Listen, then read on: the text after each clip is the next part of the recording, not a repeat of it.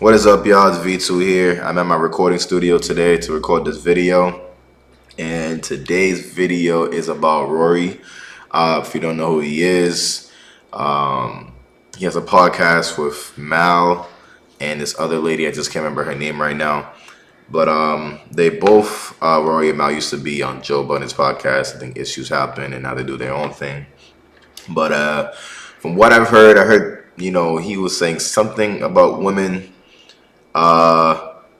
It's been talked about for the past 2 days or so, but I haven't really looked into it. So this video is by the company man, and we're gonna review it, check it out. So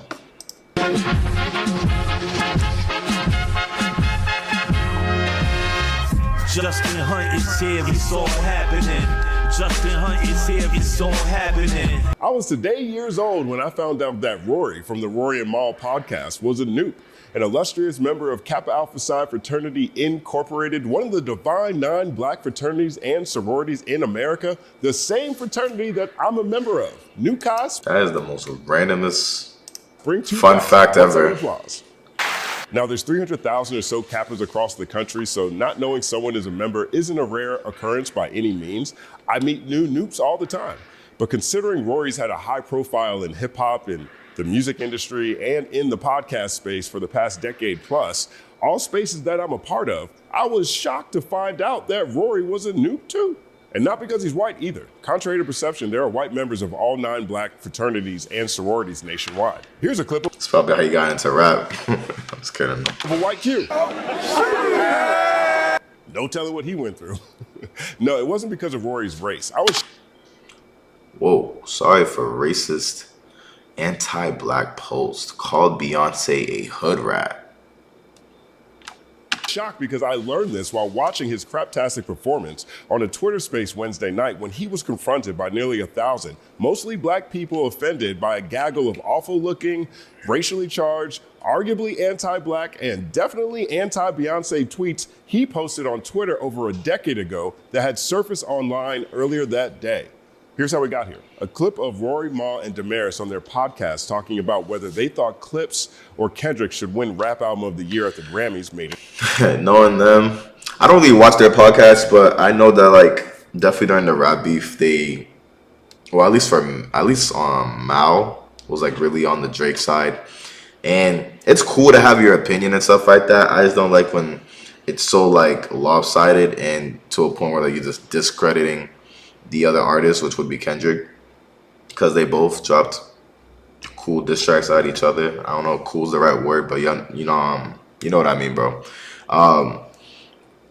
So my guess is they probably chose Tyler or Glorilla or something like that. But do hope Clips do win this. But GNX definitely deserves a couple Grammys somewhere. Rounds. The fan base wars are in full swing, and the commentary made Kendrick fans feel like the pod wanted GNX to lose more than they wanted Clips to win. Here's a clip. What do you expect? GNX is going to sweep, and it's going to piss me off because the Clips deserves to win, and that's not Kendrick just Lamar opened hate. his mouth. That's not true. I really do think that Clips is gonna probably win this the Rap Album of the Year. Bro, Kendrick got 5 last year. They're gonna, and I don't know, I don't work for the Grammys, but I feel like they're gonna be I was giving 2 this year, and then the rest of Clips, or even JID or whoever, you know what I'm saying? You never know. Even Glorilla, you know what I'm saying? Anything can happen. Someone gonna hand him a Grammy right now. Jamal. Where's your? Jamal. I'm just saying the boy is prophetic. That's all I'm saying. He's a Grammy darling. That goes without saying. To keep it brief, the It's well-deserved awards, though, in my conversation opinion. spilled over quickly. Damaris was accused of saying she hated Kendrick. She denied it, then quickly admitted defeat when she was caught in 4K saying this. I've said on every platform possible, I hate the way Kendrick Lamar raps. I hate the sound of his fucking voice. Same. I hate his. It's not everyone's cup of tea, but I do like the fact that he's versatile with the shit. But hey, that's a feat. You like what you like, I hate his voice, and I will not listen to him again simply because I hate the sound of his voice. And Rory, in his Larry David Curb Your Enthusiasm style sarcasm, made comments like, wait, so you saying you want the Clips to win a Grammy is considered hating? And some of us just enjoy the music we like and don't make our identity a fan base. Crazy theory. Okay, so they do want Clips to win. Cool.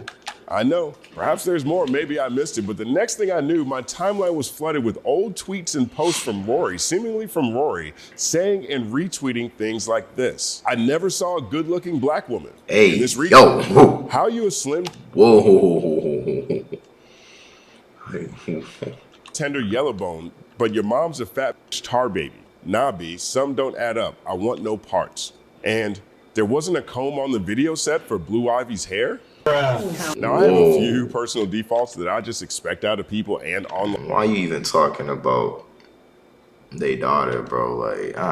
On discourse, and one of those is that I'm never shocked when a white person's old racially charged posts resurface on the internet. Now, I've been in plenty of spaces throughout my life where I was... The thing about the internet, bro, niggas will find anything you said from the past and it will haunt you down, my nigga. I have 4,000 followers on X. And I had deactivated it for like mental health reasons for like over 30 days. And after those 30 days, it permanently deleted my account. I'm kind of pissed off about it. But it made me think like, damn, I wonder what old tweets I had that could have maybe resurfaced. I don't think I said anything too crazy, but... Black person or one of few black people. And through my experience, white people will get as comfortable as you allow them to be. And all of them at some point push the line to see what you will let them get away with.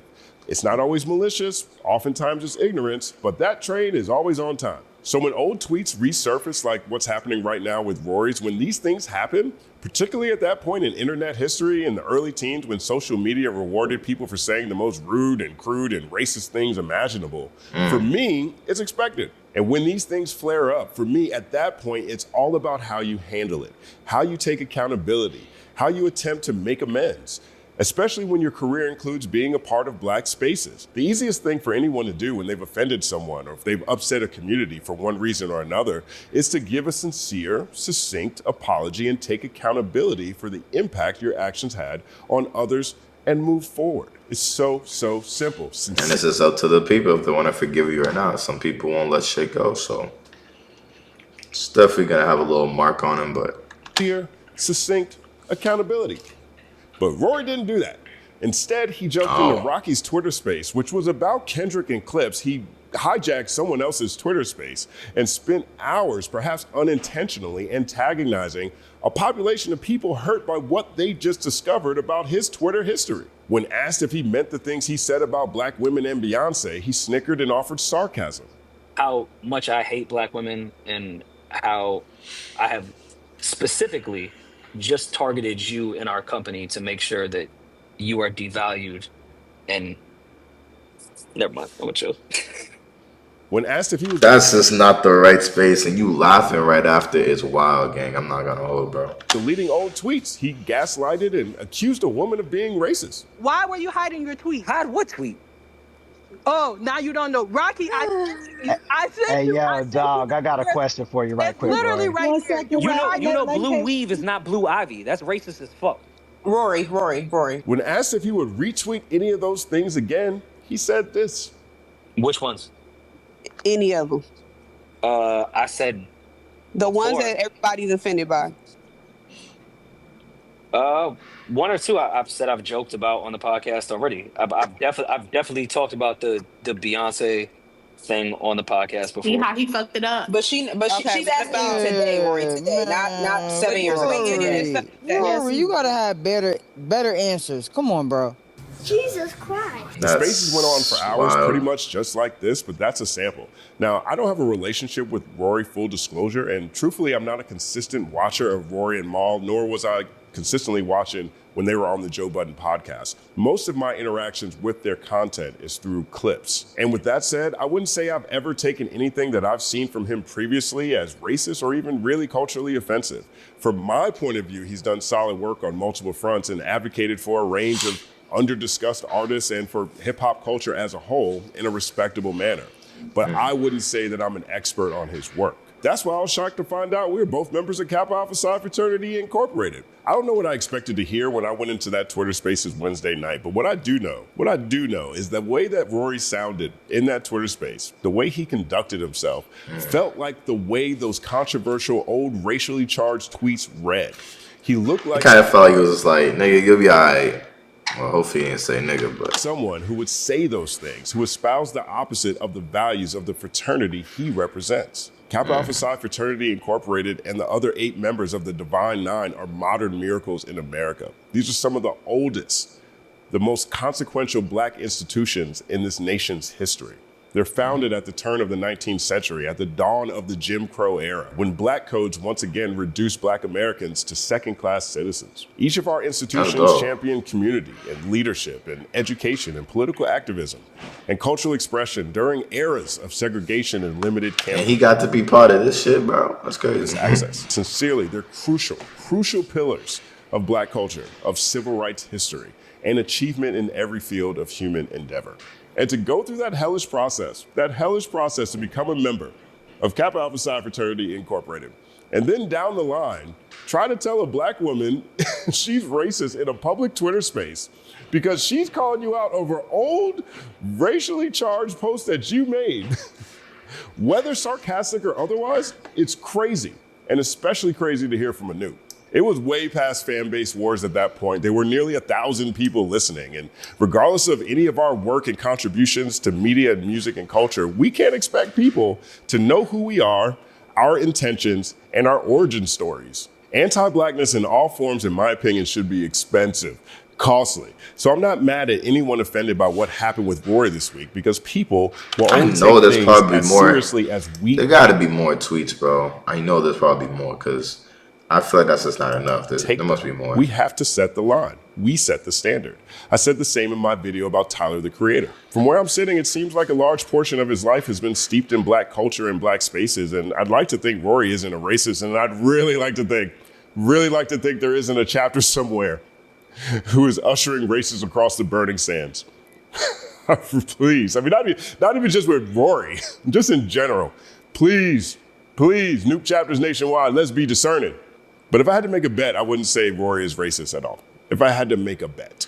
We operate off the information we're given, and Rory unfortunately gave nearly 1,000 people in that Twitter Spaces that night, 1,000 people, reason to believe the tweets he was trying to deflect from were actually representative of his character, of his podcast, and of Kappa Alpha Psi Fraternity Incorporated. And as a noob, as a fellow noob, that can't be how we carry the shield. It's all happening. Damn, bro. Is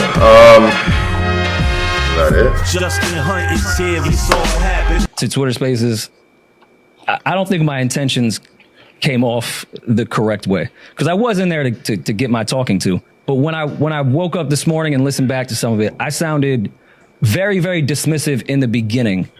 As you should have been. No, because there were some people in there, because I was on the side of like, everybody knows, the people that know me know who I am and know what it is. But there were some people that were generally just looking for an answer. And y'all gotta be careful, man. That's the thing about hip hop. It's just like another race, talking about another race while you work in the hip hop rap culture of that same race you're talking about. You're putting yourself in a weird predicament. Hopefully niggas forgive him. But I don't know, bro. Knowing how this world works, bro, I think he'll move on and be alright. But I definitely know there has to be more tweets somewhere, though. I apologize for being dismissive to those people in particular that were just looking for an answer to what some of those tweets and fake retweets and all that was. So I do apologize because I did come off dismissive to some people that did not deserve that, or just saw something out of context and was like, yo, what's up with this?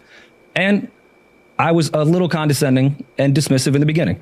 About 20, 30 minutes in, I started to realize, oh shit, all right, we're not doing the joke shit anymore. And at that point, everyone was texting me, get the fuck out of the spaces. And I felt like it was too late then. I got to just stay here because if I run, it's even worse. But I handled that spaces very poorly. I will say that. The mathematical breakdown of this mighty game of... Yeah, bro. Comment, like, and subscribe.